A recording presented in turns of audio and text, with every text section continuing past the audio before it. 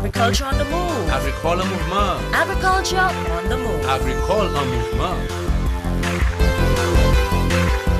Agriculture on the move. Agricole en mouvement. Agriculture on the move. Agricole en mouvement.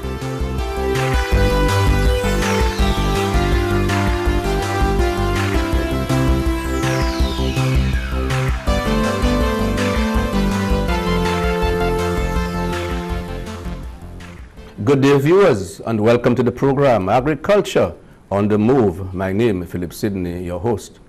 Today with me is Dr. Daryl Best. He's a vet and he's attached to the Livestock Division in the Department of Agriculture. Welcome to the program, sir. Thank you, sir. Good day, good day. Daryl, today we're going to be focusing on small ruminants. And of course, when we mention small ruminants, we're talking about sheep, goats. We're also talking about, they call it rabbits, and, Right. and the list goes on. Tell us, I know there's a program that was established some time ago, which we call it the IBSA project. And by that, it is the India, Brazil, South Africa Consortium. Tell us a little about that project and where it's at now. Okay, so the IBSA project, as you call it, it's a poverty reduction fund that they've established to help St. Lucia reduce poverty by increasing their availability to protein sources. Now, what we've done, or what we've actually tried to do for the IBSA fund, we've actually done different segments or different cohorts. Our first thing was that we actually brought in some new bloodlines of both sheep and goat into the island to help improve our bloodlines and improve the quality of animals that we can make available to the farmers, and therefore for the farmers to the general public. That has been ongoing for at least a year, 2 years now, and we're actually getting our offsprings out to the farmers, and the farmers are getting some good results from the offsprings, and therefore they can help now produce or profilate these animals to the general public by means of actual carcasses and also animals to other farmers, because that's how it basically goes. Okay. That also, with the whole IBSA fund, we've actually been doing some farmer field schools. In St. Lucia, we've accomplished thus far 3 farmer field schools, one in small ruminants, swine, and poultry.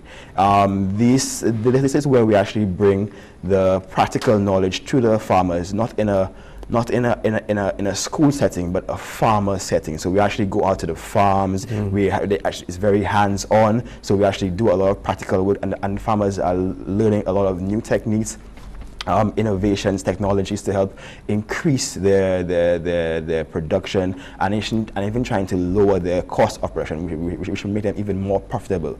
Another segment, another cohort of the IBSA fund is the small, the forage banks. Yes. We actually have a system where we actually produce a system where we've distributed to about 50 farmers island-wide 4 different species of high-protein forages, which can actually help them feed the animals at a cheaper cost. So we've introduced 4 species. We've introduced the mulberry, the moringa, the titonia, and tricantera. These are very good forages for our small ruminants. They thrive on them. They do very well on them.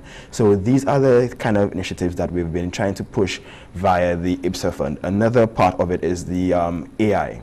Right. AI is artificial insemination, where we've actually trained farmers, trained some farmers and our technical staff in the procedures of artificial insemination. We've had our own officers go overseas to Jamaica via CADI to actually learn these kind of techniques. We've actually held our own AI workshop in St. Lucia sometime last year, where we had our farmers come and see how it is done. So they as we'd say here, they're okua with what we're doing, because when we actually go on their farm, we're going to be doing this kind of procedure. So we want them to be aware of what is expected, what we're actually going to be doing. So we had an AI workshop at Borseju where we showed the farmers the techniques and what we hope to get and what's the opportunities, because instead of having every farmer have a male animal, we're actually bringing in good stock, good semen, so every farmer can get a good prize offspring. So that's the way in which we're actually introducing more hybrid vigor, more new bloodlines by the AI. The IPSA fund has also, as I said, sent our officers for training, not only in AI, but in animal husbandry, proper feeding of animals. We actually send farmers and technical staff to Jamaica via Cardi to receive some training. So the IPSA project has different legs in which they try to improve the well-being of the farmers and therefore the general public by initiating these kind of programs. But there was in addition to that, there was the development of infrastructure. I knew they were supposed to have done a new office building. They were also supposed to have done an AI lab. Right. They were also supposed to reconstruct the piggery pens. So where is that? Okay, as of now, we're supposed to, as you said, build an AI lab. So we're actually retrofitting a building that we had to be an AI lab where we can actually do our own AI, make our own straws and stuff like that. We have actually acquired or procured all the necessary equipment to house this AI lab, and it's right now getting the funding, have the funding to actually retrofit the lab to be an AI lab. In terms of the other aspects, that's basically what we're doing as the infrastructural part of the program. I know it was supposed to be done originally at Bosejo. That was before the DSH project. Yes. With the DSH project coming on stream, where is that project going to be re-established? Right. Yes, the DSH, it was initially going to be at Bosejo on the farm, but due to the DSH, we're actually going to be doing it at Union now, where we have a building there. That's the lab? The lab. We have our lab. It's our normal lab where we do all our diagnostic stuff, but then we're going to actually retrofit it so it can be both for the AI and for that kind of processes as well. So the funding has not stopped, or it hasn't been deterred or redirected. We actually, instead of doing it at Bosejo, we're doing it now at Union Station. So everything is still on go. But the other services, for example, with the piggery and other infrastructure, that's going to be done. That would be done at the new agricultural station. They have earmarked a location in Volet. So yeah, that's in Miku, right? Yes, in Miku, in Volet. So all this funding is still secured for the renovation of the farm, but I guess now that we have a new farm, it's going to go to even improve. And that's I think that's a good thing from DSH. We can actually have a new facility, and a new facility with state-of-the-art equipment and new technologies and more land for pasture, more pasture management and better pasture management at Volet. So you always have to look on the brighter side of things. So I think with that, we actually going to get an even better station than what we had. So in a sense, the IPSA project is alive. It's alive and well. It is so alive that they're very happy with what we're doing, because we are one of the first countries to have actually free farmer field schools. They've done farmer field schools in other countries, but it's normally like one farmer field school. We've done 3 farmer field schools, and we're actually trying to see if we can do a 3rd one in Bees.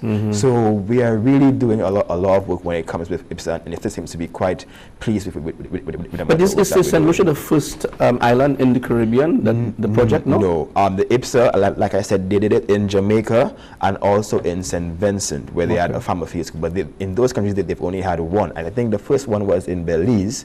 Then they did St. Vincent, then they did Jamaica, and now they're in St. Lucia, and we have done 3 thus far. Okay. So that's quite very well. And farmers are really buying into it? Farmers are enjoying it. They're actually asking for more. Because our first one, as I said, was Small Ruminants, and that was about like a 7-month stint, and they're asking for farmers who have heard about it, said the next one, can they get on? Because as I said, it's a very hands-on practical course where you learn from beginning to end. We've done animal management, animal husbandry, farming, feeding, AI and the whole world. Everything, even marketing. Great. So the last... Hold that spot. Okay. You're watching Agriculture on the Move. We're due for a break. Stay tuned.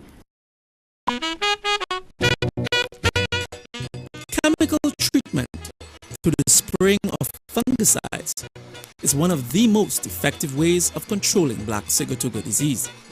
Do not spray while it is raining, or if it is likely to rain within the next 3 to 4 hours. The oil fungicide mix may be washed away. Avoid spraying at a time of day when it's too windy, wet, or hot. On a hot, sunny day, banana and plantain leaves tend to fold, making it difficult to trap most of the spray oil fungicide mix either on top or below the leaf surface. It is better to spray and apply the recommended fungicide during early morning or late afternoon when it is relatively cooler and when the leaves are open and extended. When applying chemical treatment, the spray operator or farmer should always target the youngest leaves of the plant. Do not apply excess spray material to the plant. Ensure that the entire crop or field is sprayed in the same application. Unsprayed plants can become more easily infected, causing the disease to develop and spread quickly to healthy plants. For more information on how to treat and control black sigatoka on your farm or in your backyard garden, contact the Black Sigatoka Management Unit at 451-5491, 451-5894, or email bpmu@candw.lc. This message is brought to you by the Ministry of Agriculture in collaboration with the International Cooperation and Development Fund of the Republic of China on Taiwan. Welcome back to the program. With me is Dr. Best, who is a vet and is attached to the Department of Agriculture, of course, the Vet and Livestock Services Division. We were talking about the IPSA project and its impact, you know, on our livestock farmers here in St. Lucia.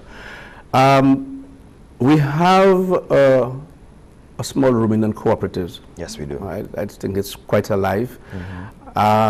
They too are benefiting from that, from the IPSA project. Are benefiting from it. Prior to the IPSA project, I know they were involved in trying to increase the bloodline.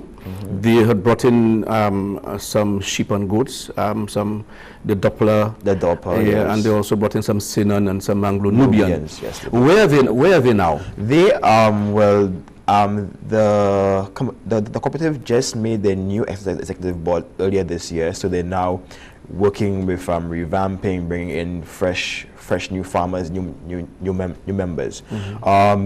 These farmers have, the cooperative have their animals on different farmer holdings, on different members of their cooperative holdings. There are a few in the south, a few in the north. The animals move around a bit, so they actually do take care of them, and that's the whole thing of the cooperative. Once you're part of the cooperative, you actually get access to the animals. Not whenever you want it, but like there's a list, a schedule. That's for breeding. Yeah, for breeding. They have males, and the males go to each farm breeding and bring in. That's how they bring in the new bloodlines or the new hybrid vigor. So they actually lend the animal to the farmer for a period of time, and they can actually use the animal to breed their females. The farmers from the cooperative did get a lot of assistance or a lot of help from IPSA in the fact that in their farmer field school, half or a good amount of the farmers were part of the cooperative. So they were able to help bring back the same information that we taught them to their members, and even via them being part of the school, they were able to get new farmers to actually come on board with the cooperative. We did about 30 farmers, 15 from the north, 15 from the south. So it was a very good blend of different farmers, new farmers, older farmers, more experienced farmers. So it was a very good, and there was a very good energy. They were very amicable. They helped each other. Now they actually still continue even after the farmer field school has ended almost a year now, and they're still working together, doing different things together, helping each other out. So the farmer field school has brought a new kind of energy to the cooperative and small ruminant farmers. Are you seeing the influx of new, young, vibrant farmers coming in? I'm telling you the truth. I've seen farmers that I actually have a farmer, because I go out and I meet my farmers as well, and I met a guy like about a year ago, and he had about 3 animals. By the end of the year, he had about 12 animals and was already selling animals, selling meat. So there are new farmers, new young farmers coming on stream with new ideas, wanting to see this small ruminant production actually grow in St. Lucia. So there is, and I'm telling you, there is a lot of movement when it comes to small ruminants, because it's not only the big, large commercial farmers. We have backyard farmers, right? So once you have at least 3 females, you're considered a farmer. So we have a number of people with the small backyard farming where they can actually maintain a small herd of probably 10 animals. It's a simple, low input venture for hopefully a high output. So there is an avenue for younger people to come into the agriculture sector. There is a demand, well, I have noticed, for rabbit meat, and there's also demand for goat meat. Very true. Very true. Goat meat and rabbit meat are priced, trust me. You go into rural areas, you go to the restaurants, you ask for a goat roti or curried roti, and that is priced. What I'm finding out is that with such demand, are the farmers taking that advantage to really produce, to meet that output? The farmers are trying. They are trying to produce as much as they can with what they have. We have a few, as we call it, constraints or issues that we are normally put the back by. We have things like predial larceny, which is a very seasonal thing. Once it's Christmas time, it's Easter time, you have to tie animals under your house because they go. We have predial larceny. We have another thing called dog aggression. We have our dog ownership policies are not very strong. So shoot them. That's why they shoot the dog. There should be, and that's not the ideal thing. We need to have better ownership of our animals and better welfare, taking care of our animals. But even if they're not doing it, comrade, and I spend so much money in building my pen, and those animals that they bring brought in, they're expensive. They're costly. You understand? For a dog to come in and then just devour them. I mean, hello, if you cannot control your dog, I'll shoot them. By all means necessary. So I think that's one of the even fining the when those things do happen, our office does go in. We do reports, and the most of farmers do get compensation for the lost animals. So that's a good thing. Once you can find the owner of the animal, which is hardly. that is the issue when it comes to dog aggression. The next thing that we have is zoning. For land that was once considered farmlands have now been changed to other housing and all industrial. So farmers who would probably have the animals tie in the bush somewhere is now no longer bush, is now a housing scheme. So that's another issue that farmers have because we are land constrained. So what feeding? Feeding is a next thing. The cost of commercial feed is kind of expensive. That's why we try to push the alternative feeding when it comes to the forages, which are even better, sometimes even better than the commercial feed. So that's why we actually trying to push the forage banks and feeding more grass to these animals, because these animals are becoming low input. So they eat grass, the grass around your house, they work as well as a lawnmower. I've actually had people tell me they have the animal just to keep the area clean. Yeah, and not only that too, backyard production, especially if you're looking at organic production of vegetables, I mean the feces can be used as fertilizer. That's the thing. And that's one of the things. So there's a good combination, with your animals and your other crops that can be grown in your backyard. And that's the nice thing with sheep and goat. There's so many different diverse outputs. Yes, you have sheep and goat, and you're thinking ideally you want to sell meat, but there's so many other things that you can do. Like you have the milk. The milk is very good. It's very important, very good. We've seen an increase in people who are lactose intolerant. Lactose intolerance, yes. Goat's milk is ideal for people who are lactose intolerant. It does not have any lactose. It has glucose, a different type of sugar, so that they don't actually have any effects when they drink that kind of milk. We have the goat cheeses. Right. Now, even when you have your animal, the hide is prize hide. Once the hide is tanned and done properly, you have very good leather. You have the feces. I know of farmers who sell more bags of feces than they sell animals a year. And that's revenue right in your pocket. Hold that point. You're watching Agriculture on the Move. Stay tuned. What's in the food you're eating? Do you really even know? All the chemicals and hormones used to accelerate their growth. All the artificial flavoring, sweeteners and colors too. We consume and we don't spare a thought for the damage that they'll do. No, think about the children. Think about the children. How will we save them?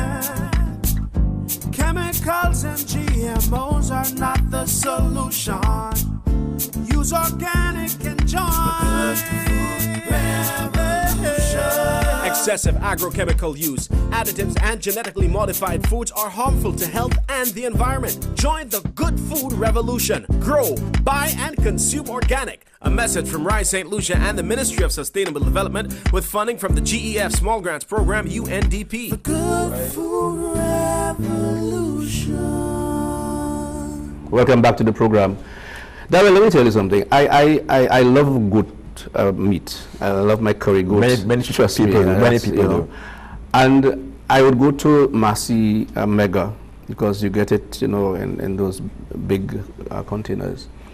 And I don't know. I mean, those are imported. Yes, more likely. I mean, all of it. What I have noticed, they are imported. Lots of fat, and I'm still questioning whether that is good. I'm thinking that may be kangaroo, because I honestly, if you buy 10 pounds of that meat, all right, about 4 pounds is fat. Okay, so here's an opportunity for our local farmers to get into the market. Are they doing that? And I'm thinking here, the other thing I believe they should do, the ministry is service oriented, right? They have to assist you with the husbandry practices, techniques and whatever the case is, feeding and whatever the case is. But in terms of marketing, that's why the small ruminants cooperatives should take it and run with it. There's a demand for all what we spoke about, the meat, the cheese, the milk, and the hide, as you mentioned. Even the rabbits, there's a high demand for rabbit carcass. Okay, so I will assure you that the meat that you're getting is not kangaroo. It's actually goat meat. We do inspect the meat before it reaches the shelf, and it's actual goat meat. Okay. Now, yes, there is an avenue for it. There is an avenue for it. They're asking for it. Yes, we do sometimes see local goat or sheep on the market, but it's very rare. It would be ideal for the cooperative or group of farmers to come together and really attack the market, because there is space. There is a lot of space. People like the local goat. They have people, already, the manish water, the curry, so the head, the entrail, the rooks, man. So there is an avenue for farmers to actually go and get that market and grab it, because it's there for them to grab. Definitely. So the farmers just have to just do it. Because let me tell you, I've been to Miami. I remember going to a meat store. You actually get the goat head, as is, right? The hooves and everything for the making of the manish water. Yes. All right. You get the intestines and everything. It's there. That's the different products that you can get from a goat, not just the meat. Even the good balls, right? To some in the manish water. Some people like that. Some people like that. Definitely like that. Exactly. So it is a very lucrative and very alive business. We just need to get more, as you said, PR or more marketing out there of the benefits and the uses of goat, not just the meat, but all the other value-added products that you have attached to the goat production. What is the ministry's plan? All right, I'm sure, of course, there must be an annual plan. There is maybe a projection, 5-year projection for small ruminants in St. Lucia. Small ruminants in St. Lucia, we want it to be a thing that you see on the market, something that we know, like our table eggs, like our poultry, like our swine. You're buying local products. We want to be at a point where we can say we are producing enough local goat to have a good percentage of the market share. And we're not there as yet. We need to have more farmers producing, more farmers selling. That's why through the IPSA fund, we're actually introducing all these new techniques and technologies and animals. So we're actually giving the farmers the tools that they need to do what they have to do. But stick a pin here. Okay, do you know, for example, the amount of goat meat that is imported? We have the stats. Annually? We have the stats. Do you know what's produced locally? We know what's produced, but as to tell you what is sold locally to the markets, I do not personally know. Because I'm saying you'll need to work backwards in the sense that, okay, we know what is imported, we know what's consumed, all right? So we should know it produced. Exactly. Yes. I know there are a couple thousand tons, a couple hundred tons of goat meat is chevron and lamb is brought in, but as to tell you what is local, what's not local, I really do not know. Do you think there's something that needs to be taken into consideration? Because you see, you need to give, for me, is to give the cooperative, the farmers, something to work with. Right. To tell, hey, At least do a 5%. yes. So you need to give them something to do. figure So to some it, figure that the ministry have to step up And do the game. something about it. Yes, yes, it's very true. So in terms of is there a plan? Is there a 5-year plan for each of those commodities? Well, we're actually self-sufficient on table eggs. That's the right. only time we ever do import, and which is on rare occasion, is for Christmas where we have a high consumption. Right. We're very good on poultry meat, and we're very good on swine. So what we're trying to do now, our next flagship commodity is the sheep and goat. So we're trying to actually go into the market, get us, as you say, our foot in the door in the market for goat and sheep. And don't forget rabbit. And rabbit. Rabbit, I said, is a very high demand. There is not enough rabbit. And you can always see it when it comes to Journée Creole, the Easter period, the Christmas period. You can see rabbits just disappear. Let me tell you, every week somebody would ask me about rabbit, where they can get rabbit. Trust me. Rabbit. And I, as you mentioned, that I have to get some information for a friend of mine. I know David DeMarc in Canaries is one of the product producers of rabbit. Rabbits, okay. right. I know there's another guy up in Kaweli. There are quite a few the people rabbit who farm. do rabbits. You know? There's somebody in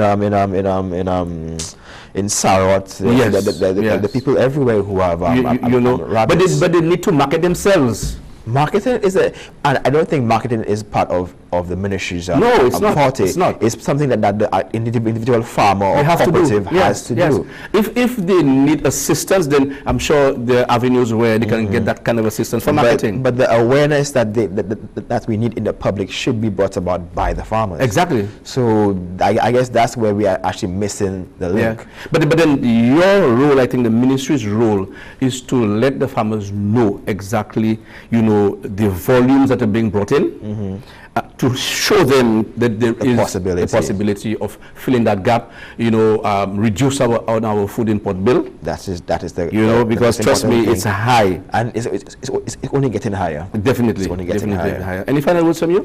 I would like to probably just try and tell the farmers that the ball is always in their court. They always have to try and push forward and see how they can best sell their product, and not just the meat, but the other avenues that the animal does bring to them. So it's really up to us to actually go out there and produce good quality animals and meat for the public. Well, Dr. Best, thank you very much for being on the program. You for having me. I wish you success, and continue to drive the point home to the farmers, and bring in the young people. We have the YEP project. I think they need some assistance in that regard. There is room. The market space is there. Work with them. Okay. For sure. You've been watching Agriculture on the Move. Thank you for viewing the program. And those of you out there who have watched the program, please, there's room for going into small ruminants. Check with the vet division, check with Dr. Best, check with your extension officers, and they will guide you. There's a lot to be done in the production of small ruminants. Thank you again for viewing. Thank you for NTN team for ensuring the program is done. I'm Phillip Sydney saying goodbye.